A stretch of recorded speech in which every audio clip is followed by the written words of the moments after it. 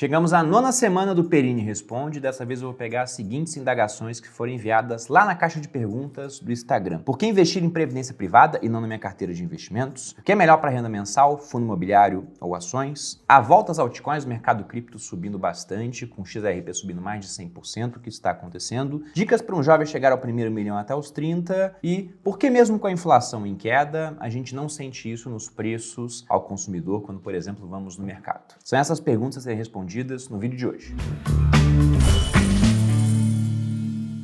E aí pessoal do Você Mais Rico, quem fala aqui é Bruno Perini, criador do canal, e antes de entrar nas respostas para as indagações que eu apresentei para vocês, eu quero lembrar que no dia 7 de agosto, daqui a pouco, menos de 30 dias para isso, eu vou abrir novamente as inscrições para o Viver de Renda, meu curso de educação financeira. Vamos para a 22ª turma. Lá no Viver de Renda a gente tem o objetivo de pegar até mesmo uma pessoa completamente leiga a respeito de finanças, dinheiro e investimentos e transformar essa pessoa em investidora de verdade, capaz de montar uma carteira diversificada entre ativos, moedas e até países, investindo aqui no Brasil e também no exterior, de modo que um dia ela vai ter um patrimônio grande o suficiente para poder viver da renda gerada por esse patrimônio. Tudo isso ao longo de 8 semanas com uma equipe de suporte que responde 100% das dúvidas dos alunos. Então, para quem quiser fazer parte, ver mais informações, há um link aqui na descrição. Agora, partindo para a primeira pergunta, o Deni Oa, ele diz: por que investir em previdência se posso alocar na minha carteira de investimentos? Ele coloca que ele tem 33 anos. Olha, a previdência, ela não vai concorrer com a sua carteira. Ela é algo para somar na sua carteira, porque no longo prazo poucas coisas são mais eficientes do que uma previdência privada. Porque se você pensa, por exemplo, em título público, você compra, uma hora ele vai vencer e você automaticamente vai pagar 15% de imposto. Se você compra ações e vende mais de 20 mil, você vai pagar 15% de imposto. Se você compra fundo imobiliário, você vai pagar 20% de imposto sobre o ganho de capital. Numa previdência privada, primeiro que você pode ficar 30, 40 anos sem pagar nenhum imposto ao longo do caminho. Se for uma previdência PGBL, você pode deixar de pagar imposto hoje na sua renda, mandar esse dinheiro para a previdência, deixar ele trabalhando para você durante 4 décadas para só pagar o imposto no final. E quando for pagar esse imposto, ele pode ser numa alíquota de 10% na tabela regressiva de imposto, que já fica menor do que todas as alíquotas dos investimentos, exceto aqueles que são isentos de imposto de renda, ou até pode ficar isento para quem usa tabela progressiva, mas aí são raríssimos casos, porque o dinheiro que você tiraria da previdência, ele se somaria com outras rendas que você tem, dinheiro que viria do INSS, dinheiro de uma fonte de renda, de aluguéis e facilmente chegaria a pagar muito imposto. Então eu tenho várias previdências, todas elas na tabela regressiva, nenhuma na tabela progressiva. E pensando em alocação de patrimônio, eu tenho um acrônimo que direciona aquilo que eu vou fazer com o meu dinheiro. Esse acrônimo, na verdade, ele é praticamente o meu nome. Ele é formado por 6 letras. B de Bruno, Perini, só que eu tirei o E. Então ficou P, o P mudo, INE. E o que cada letra desse acrônimo representa na hora de pensar numa carteira? Bom, o B é de Bitcoin. Eu acho que realmente há espaço nas carteiras para isso, tendo em vista que é um ativo de uma oferta muito escassa, que deve ter uma demanda crescente ao longo do tempo e que, se corretamente armazenado, não pode ser confiscado. Então acho muito interessante, tanto por questão de assimetria de risco e retorno, quanto por essa questão de que é um ativo que ele é seu de fato, ninguém consegue tomar de você. O R, já pulando aqui o P, é para garantir o seu presente, a sua reserva de emergência. Aquela alocação que você vai ter em alguma coisa muito líquida, muito segura, com baixa volatilidade, baixo risco de crédito e que, por ser muito líquida e muito segura, geralmente não tem um rendimento tão bom quanto outras possíveis aplicações em renda fixa. Embora, nesse momento, com juros altos, a sua reserva de emergência também renda muito bem. Então isso garante o seu presente. Aí eu volto para o P,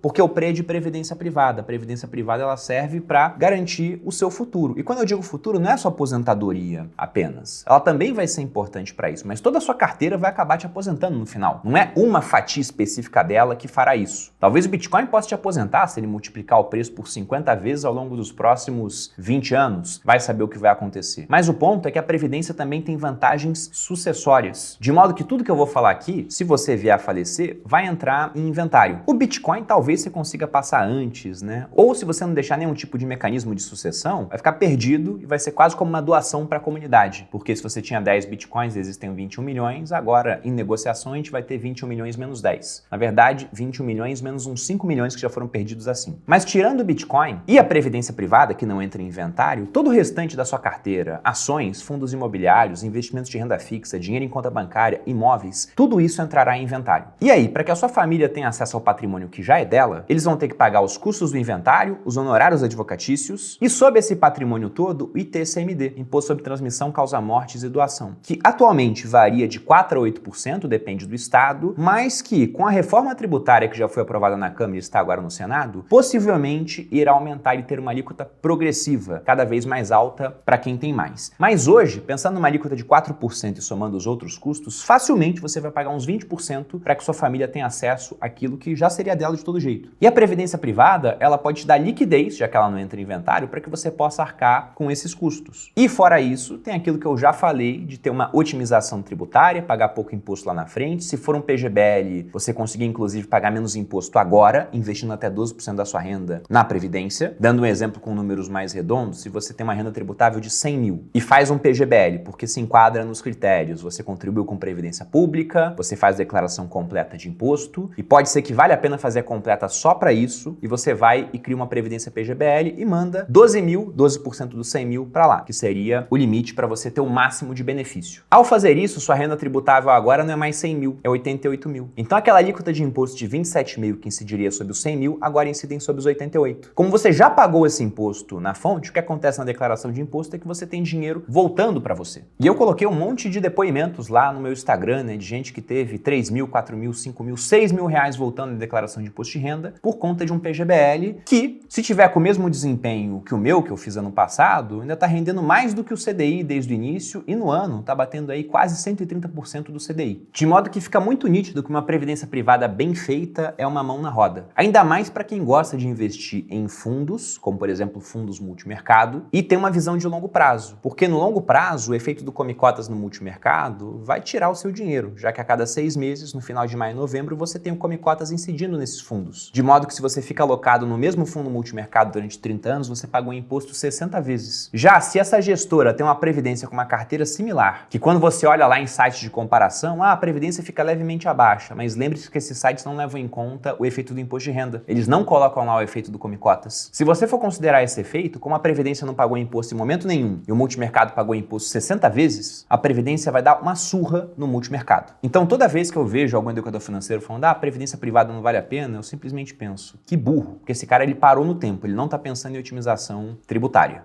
Bruno, você fala isso porque vocês têm previdência privada lá na gestora do Grupo Primo. Se você volta para as primeiras turmas do Viver de Renda, onde eu nem podia supor que um dia eu seria sócio de uma gestora, a propaganda que eu fazia é, com uma previdência privada bem escolhida, você paga o curso só com esse dinheiro de volta ao fazer um PGBL. Coisa que eu fiz lá atrás quando era militar, né? Minha primeira previdência privada foi para isso, ver o dinheiro voltando. E só para acabar essa parte da alocação que eu acabei citando para vocês, então o B de Bitcoin, o P de Previdência, o R da reserva de emergência e o final, o INI, seria de investimentos internacionais, investimentos nacionais e um imóvel. E no imóvel eles podem ser vários, pode ser um, e aí é muito mais uma questão de outros objetivos de vida do que simplesmente financeiro. Eu sempre deixo muito claro que eu comprei o meu imóvel porque minha esposa queria muito. Porque eu mesmo, quando morava em São Paulo, eu morava em apartamentos alugados, já todos mobiliados, eu não tinha nada de mobília e gostava muito da minha vida assim. Mas a minha esposa queria uma casa para mobiliar do jeito dela, daqui a pouco a gente vai ter filhos, pelo menos a gente está planejando isso. Então, por mais que não seja a melhor alocação de capital do mundo, já que eu duvido muito que meu imóvel vai valorizar mais do que os melhores prédios de escritório localizados na Faria Lima, os melhores shoppings do Brasil, ou empresas que conseguem reinvestir seu fluxo de caixa e têm taxas de retorno muito boas. Contudo, se a minha mulher está satisfeita, acaba sendo um bom investimento em outros aspectos. Segunda pergunta do Henrique: para ter uma renda mensal, é melhor investir em fundos de investimento imobiliário ou em ações que pagam dividendos? Se você já está na fase do usufruto, ou seja, está no período que você quer viver de renda, em termos de planejamento, o fundo imobiliário ele acaba sendo superior, já que eles vão ter, por legislação, a obrigação de distribuir 95% do seu resultado no semestre. A maioria dos fundos imobiliários faz isso fracionando mensalmente e pagando quase que na mesma data. É todo dia 15, dia 15 que é um sábado, então você vai ter uma aproximação, né? Mas vai ser muito próximo daquele dia prometido. Já as ações têm calendários de pagamento que eles são mais espaçados. É raro você encontrar um papel que pague mensalmente, né? Bradesco, por exemplo, paga mensalmente, mas quem faz isso são algumas poucas empresas. A maior parte vai distribuir de maneira trimestral, semestral ou sem uma periodicidade definida, então fica mais difícil você viver desse recurso. Mas aqui eu lembro de uma coisa: para que você quer essa renda mensal? Se você quer esse dinheiro dinheiro, não para que você possa complementar a sua renda hoje, o que inclusive eu acho que não deve ser feito no começo. Esse dinheiro tem que ser reinvestido para que um dia você possa viver de renda. Então, se você vai fazer isso, reinvestir o dinheiro, por que você quer que caia na sua mão para que você reinvista? Será que não é melhor a empresa, ao invés de pagar o dividendo, ela mesma reinvestir, gerando taxas de retorno maiores do que você conseguiria fazer sozinho? Eu sempre penso nisso, no pessoal que gosta de dividendo pra caramba, né? E lembro que, por exemplo, o Facebook nunca pagou dividendos, a Amazon nunca pagou dividendos. E são empresas que têm ao longo do tempo um baita desempenho, porque no Facebook o Mark Zuckerberg, na Amazon durante muito tempo o Jeff Bezos e agora as outras pessoas, né, que estão capitaneando a empresa, já que ele não é mais o CEO, eles sempre conseguiram investir esse capital de uma maneira muito boa. Então eu penso, será que seria melhor eles me darem o dinheiro para que eu investisse em outras coisas ou deixo o dinheiro na mão deles? No caso desses dois, eu acho que eles são mais inteligentes do que eu em alocação de capital. Do contrário, eu deveria ser mais rico do que eles. E essa não é a realidade. De modo que eu não quero que eles me deem dividendos. Deixa eles reinvestir esse dinheiro. Já no caso de uma empresa estatal, uma Sanepar, uma Copasa, uma Petrobras, um Banco do Brasil, aí eu quero o dividendo. Porque afinal de contas eu sei que por mais inteligentes que as cabeças que estão à frente da empresa sejam, uma hora você pode ter ingerência política e um mau uso daquele recurso. De modo que eu prefiro que ele venha para minha mão para que eu possa reinvestir. Então o dividendo em si, ele é interessante, mas ele é só parte da remuneração do acionista. O restante pode vir mediante ganho de capital no futuro. Sendo que, se a gente for pegar por motivos lógicos, empresas devem ter um crescimento maior do que fundos imobiliários, já que os fundos, como eu citei anteriormente, eles são obrigados a distribuir 95% do que tem de resultado. Então o que sobra para reinvestir é só 5%. Então não dá para o fundo ficar toda hora aumentando o seu tamanho, a não ser que ele fique fazendo subscrições, aumentos de capital. Vai lá e fala, mercado, tinha 1 milhão de cotas de fundo imobiliário, vou emitir mais 200 mil, compra aqui para que eu tenha dinheiro para comprar um novo prédio, para alocar em mais CRIs. Já a empresa não precisa disso. Ela tem o seu resultado, ela distribui o quanto de dividendo ela quiser. Se ela não quiser distribuir nada, não é preciso. E assim ela pode reinvestir o dinheiro para crescer cada vez mais. É o que nós aqui no Grupo Primo costumamos fazer. A gente não tem uma cabeça de ficar distribuindo dividendo para os sócios. A gente quer usar esse dinheiro para reinvestir em outros negócios ou nos nossos próprios negócios que tendem a crescer mais do que aquilo que a gente faria com dinheiro como pessoa física. Mas, supondo que você está na fase do usufruto, aí eu volto a falar que o fundo imobiliário ele é mais interessante em termos de planejamento. Mas ele está longe de ser a única forma de planejamento. Inclusive, quando eu fui viver de renda, eu não utilizei esse tipo de planejamento. Quem já fez viver de renda sabe do que eu estou falando. Próxima pergunta do Theos. E essa grande alta no mundo cripto? O Theos deve estar se referindo à alta que nós vimos na XRP, na Ripple, que subiu de cara mais de 50%, depois foi mais de 100%. Isso também animou o restante do mercado, mas tudo isso por conta de um processo que era movido já há bastante tempo, desde 2020, contra a SEC, né, a CVM americana, que falava que a Ripple ela era um ativo imobiliário, como se fosse uma ação, por exemplo, de modo que ela deveria obedecer uma série de regulações. A Ripple falava que não, entraram nessa disputa legal e a Ripple agora saiu vencedora. Por isso a cotação subiu tanto, mas não só da Ripple, porque se você pega essa moeda, ela é extremamente centralizada. Então, se essa moeda tão centralizada assim não foi vista como um ativo imobiliário, as outras que são mais descentralizadas também não deverão ser vistas. De modo que aquele monte de perseguição que a gente estava tendo a empresas de cripto e também a moedas podem cair por terra. Por conta disso, não foi só a Ripple que subiu. Nós tivemos subidas também em Solana, em ADA Cardano, a Coinbase em si subiu bastante, que é uma empresa listada em bolsa, uma das maiores corretoras de cripto. Ela subiu no dia de ontem 24%. Tudo isso por conta dessa vitória na justiça. Isso será definitivo? Vai estender para outras criptomoedas? Eu não sei. Inclusive, muita gente me perguntou, tá, e agora é hora de comprar Ripple? Eu sempre achei Ripple uma porcaria. Então, eu não compro. E acho até que comprar agora, né, depois que já subiu 100%, ainda mais com o comportamento dessa moeda, eu não acho interessante. Até porque, se você olha lá, mesmo com essa subida, a diferença ao longo dos anos de desempenho do Bitcoin para Ripple, quem alocou em Ripple perdeu dinheiro. Pelo menos se ficou alocado no longo prazo. Agora, para um tiro curto, aí cada um sabe de si. Mas não é muito meu perfil fazer esse tipo de coisa. Então, eu permaneço de fora. Quarta pergunta da Kathleen. Ela manda aqui uma dica para uma jovem de 21 anos que quer chegar ao primeiro milhão antes dos 30. Eu, inclusive, gravei o vídeo contando a minha história, né, de como eu cheguei no primeiro milhão antes dos 30. Eu vou deixar um card aqui para quem quiser assistir. Bom, dicas que eu daria, eu já vi, depois de 21 turmas do Viver de Renda, indo para a 22ª agora, que há um perfil do aluno ideal, aquele cara que eu sei que ele vai me dar uma boa notícia daqui a algum tempo. Então a dica seria para você se adequar a esse perfil o mais rápido possível. E são 5 características principais que nós temos nesse perfil. Primeiro, essa pessoa, ela não tem dívidas. Ou se tem dívida, é um endividamento inteligente. O que seria um endividamento inteligente? seguinte, apareceu a chance dele fazer um financiamento imobiliário com juros de 5% ao ano. Aí ele pensa, nossa, o Bruno não gosta de financiamento. Alto lá, eu não gosto de financiamento caro. Se você quer me dar dinheiro de graça, eu vou aceitar. E 5% fica abaixo da média histórica de inflação que nós temos no plano real. Então, você deve 100 e no final do ano vão ser 105, mas os mesmos 100 do começo do ano teriam que ser 106 para comprar as mesmas coisas. Então, veja que, embora nominalmente sua dívida esteja crescendo, em termos reais, ela está diminuindo. Aí sim vale a pena você ter algum tipo de dívida. Se não for assim, não vale a pena. Um segundo ponto é que essa pessoa poupa muito do que ela ganha, geralmente mais do que as pessoas comuns acham razoável. E por que coloco as pessoas comuns achando razoável? Porque o comum é você se aposentar passando meio que necessidade aqui no Brasil. Você pega uma pesquisa do IBGE, é justamente o que acontece. Quem é financeiramente independente é apenas 1%. E nisso eles não separaram, por exemplo, o pessoal que é financeiramente independente porque tem uma aposentadoria que vem do Estado, como por exemplo os militares, o pessoal que é do judiciário. Então, regimes previdenciários diferentes. Eles simplesmente contam todo mundo, porque se tirar esse pessoal, é muito menos do que 1%. Todo o restante ou vai continuar dependendo de trabalho, e nada errado em trabalhar, o negócio é que é melhor trabalhar por opção do que por obrigação, ou dependem de parentes, ou vão depender até da caridade de estranhos, a pior situação possível. De modo que eu acho interessante quando você fala, eu poupo 30% do que eu ganho, o restante fala, caramba, isso é muita coisa. Então você viu que você surpreendeu aquelas pessoas que só poupam o comum, que muitas vezes é nada, né? Já que o brasileiro tem uma cabeça de gastar tudo que ele ganha, por vezes até mais. Basta olhar o endividamento das famílias aqui no Brasil. Aí você fala, mas algumas famílias ganham muito pouco. Sim, aí realmente é difícil, mas tem gente que ganha 50 mil e está endividada. E aí, qual é a desculpa do cara? É que ele ganha pouco? Não, é que ele simplesmente gasta tudo que ele ganha e às vezes mais. É o que ele acha adequado. Um terceiro ponto, essa pessoa vai pegar esse excesso de poupança que ela tem e vai investir de maneira corriqueira, sempre, ainda que o ambiente seja nada corriqueiro, como é o ambiente do Brasil. Todo ano você vai achar um motivo para não investir no nosso país, ou até no mundo. Você vai ter pandemias, você vai ter guerras acontecendo, vai ter protestos, vai ter greve de caminhoneiros, você vai ter facada em candidato a presidente, você vai ter prisão de presidentes anteriores, você vai ter um monte de coisas que geralmente vão levar o mercado para baixo, oferecendo alguns dos melhores pontos de entrada para quem consegue ter sangue frio. E como investimento não tem uma bala de prata geralmente, vai ser o acúmulo de vários aportes ao longo de muito tempo que vão te dar um resultado legal, você tem que seguir investindo de maneira corriqueira, ainda que esse ambiente, como eu disse, seja nada corriqueiro. O quarto ponto é que para que você possa investir mais, e esse é o ponto mais importante, né? Quanto mais aportes e maiores você fizer, mais interessante o seu resultado. Geralmente, para aumentar os aportes, você pode se dedicar à renda extra, que pode acabar se tornando um negócio. E geralmente esse negócio pode ser tão bem sucedido a ponto até de ofuscar o que você fazia antes com seus investimentos. Inclusive, esse é um ponto muito importante, né? Entre dedicar mais tempo à gestão da sua carteira ou mais tempo ao seu negócio, geralmente é muito mais compensador dedicar tempo ao negócio. Ou ao aumento da sua renda, seja no seu trabalho, seja de outra forma. Porque a gente pode falar que nós temos meio que um teto em termos de rentabilidade de longo prazo para os seus investimentos. Vai ser muito difícil você conseguir mais do que o Warren Buffett, um dos investidores mais bem-sucedidos do mundo, conseguiu, que é uma rentabilidade em torno de 22%.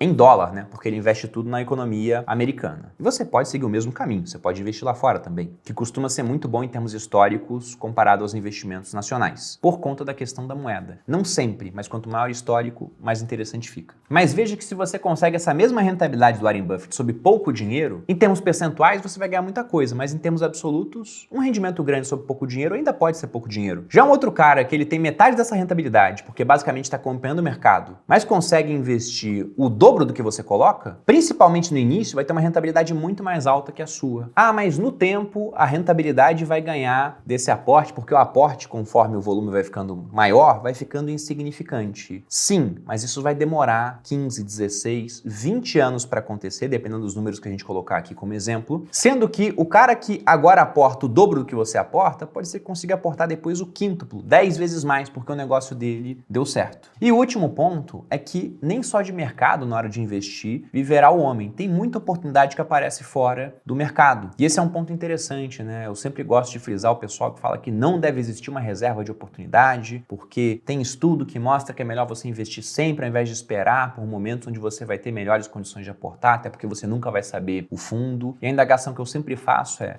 você pode observar o S&P e falar que isso aconteceu, você pode observar o Ibovespa e falar que isso aconteceu. Mas como que você observa oportunidades que não estão no mercado? Aquele cara quer vender a empresa dele porque quer ir embora do Brasil porque está com medo. O outro quer vender o imóvel porque simplesmente houve um falecimento na família, a renda da família diminuiu e ele quer vender aquilo para poder manter o padrão de vida. E aí vem de maneira apressada, porque ele está com a corda no pescoço. Esse tipo de oportunidade não consegue ser quantificada no estudo e muitas vezes ela aparece, sobretudo para quem tem dinheiro disponível. Geralmente quem tem dinheiro disponível consegue fazer ótimos negócios que quem não tem o dinheiro, está com tudo investido em ações, não vai conseguir fazer, porque não tem como vender na hora que quiser. Ah, tem liquidez, Bruno? Tem, mas às vezes o mercado está embaixo, tu vai vender nessa hora? Não vai, você vai ter que esperar. Então por isso, eu gosto sempre de ter dinheiro pronto para aproveitar oportunidades fora do mercado, que costumam às vezes ser algumas das melhores oportunidades em termos de investimento, como por exemplo os imóveis que eu pego em leilão com a minha irmã. Ou seja, resumindo aqui, Kathleen, eu vou colocar novamente as 5 dicas de modo rápido. Não tenha dívidas, a não ser que sejam dívidas muito inteligentes e benéficas para você. Poupe muito mais do que as pessoas comuns acham razoável. Invista de maneira corriqueira, ainda que o ambiente seja nada corriqueiro. Foque a maior parte do seu tempo em aumentar a sua renda, se possível através de um negócio, que talvez um dia tenha até um valor de mercado e possa te deixar rica apenas com isso. E o quinto ponto é que você tem que aproveitar oportunidades dentro do mercado, mas também fora, porque algumas das melhores vão aparecer fora do mercado. E a última pergunta aqui do Rafael. Por que falam que a inflação caiu, mas na real não vimos isso no preço final ao consumidor? Bom, falam que a inflação caiu porque de fato ela caiu comparando ao que tivemos nos últimos anos. Se a gente pega o IPCA agora, ele está acumulado em 3,16 com os dados que temos até junho. E o IPCA do último mês foi de menos 0,08. Ou seja, nós tivemos novamente deflação, assim como tivemos em 3 meses do ano passado, por conta da retirada de impostos de combustível, mas agora não teve essa retirada, simplesmente foi deflação, porque os preços naquela média do IPCA acabaram caindo um fiozinho de cabelo, mas caíram. E aí você fala, poxa, mas eu não tô vendo essa diminuição dos preços no mercado. Isso provavelmente você não está vendo, porque vamos lembrar que o IPCA é uma grande média de uma cesta de consumo calculada para famílias que ganham entre 1 e 40 salários mínimos. E poxa, a cesta de consumo de uma família que ganha 1 salário para outra que ganha 40 é radicalmente diferente. Um outro ponto é que no IPCA, nessa cesta de consumo, você pode ter muita coisa aumentando de preço, que é aquilo que as pessoas estão demandando, que elas querem consumir, mas aquilo que elas não querem consumir está caindo. Só que como elas não querem, elas nem observam aquilo. Não veem que está mais barato, elas não ligam. De modo que na cesta você pode ter uma queda, mas no seu IPCA particular, se você fosse calcular, você teria um aumento, porque tudo que você quer comprar continua subindo de preço, enquanto que você não quer, cai. Eu gosto de dar o exemplo na fase da pandemia, quando a comida estava ficando mais cara, mas ninguém, por exemplo, estava viajando de avião, andando muito de ônibus, então o preço do transporte caiu, enquanto o preço da alimentação subia, então o IPCA ficava baixo, mas o IPCA daquilo que você queria comprar estava crescente. E se a gente olha o IPCA acumulado dos últimos 12 meses, é mais ou menos isso que nós temos, como você pode ver aqui na tela. Vários preços subindo, mas transporte puxando o IPCA para baixo. E se você olha em transporte, o que pesou muito foi a queda do preço dos combustíveis, muito derivado da queda do preço do petróleo. Ainda que a gente tenha tido aquela alteração no mecanismo de paridade de preços da Petrobras, então agora a gente está abaixo da paridade internacional. Isso também contribuiu para a queda da inflação. Mas por que você não vê isso no mercado? Porque, embora em junho, especificamente, nós temos voltado a ter deflação, muito leve, mas a gente tenha tido, primeiro, o IPCA é uma média, como eu já falei, e segundo, que se você olha em 12 meses, a inflação está subindo, só que ela está subindo apenas 3%.